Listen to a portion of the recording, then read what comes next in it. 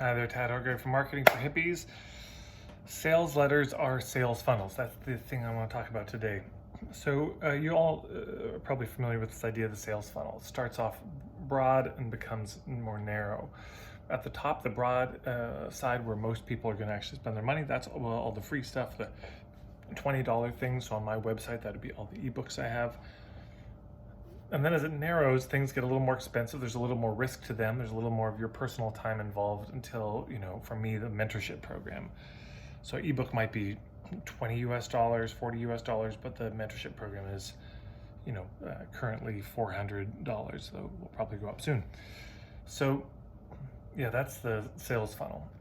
And one way to look at the sales funnel is that the whole purpose of your business is to drive people through it. So they all start here and they drive down. But of course, that doesn't work that way.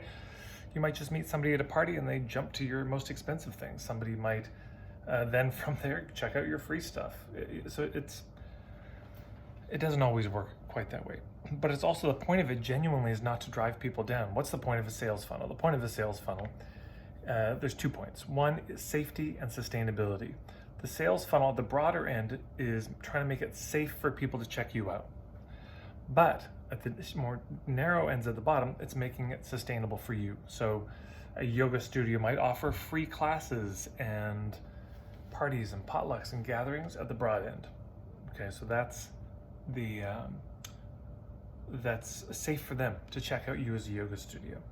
And then at the narrow end, it's the sustainable for you. So that's the teacher trainings. That's the thing that actually keeps the yoga studio afloat. Okay, so safety and sustainability. But a sales letter is actually the same thing. People think a sales letter, the point of it is to get people to buy. That, you're trying to grab people's attention and hold everyone's attention till the end and convince everyone to buy. That's the point. But no, I don't think so. The point of a sales letter is to filter.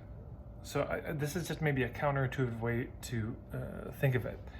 What's the purpose of the headline? The purpose of the headline is not to get them to read the next thing. No, actually, the purpose of the headline is to eliminate, to filter out most of the people who see it. How could that be?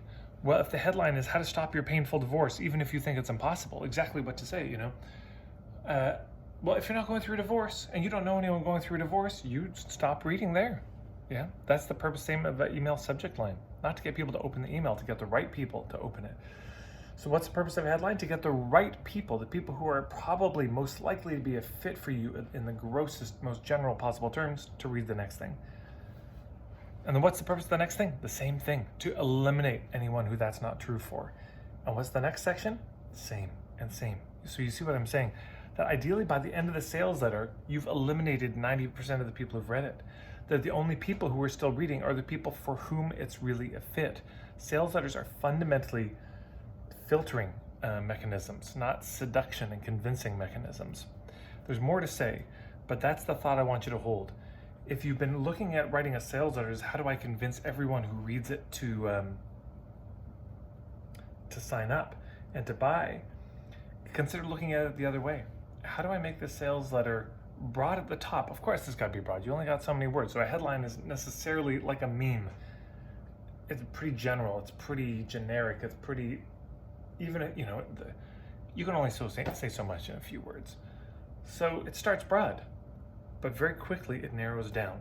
So by the time you get to the, hey, check it out, here's the link, you've just gotten rid of most of the people.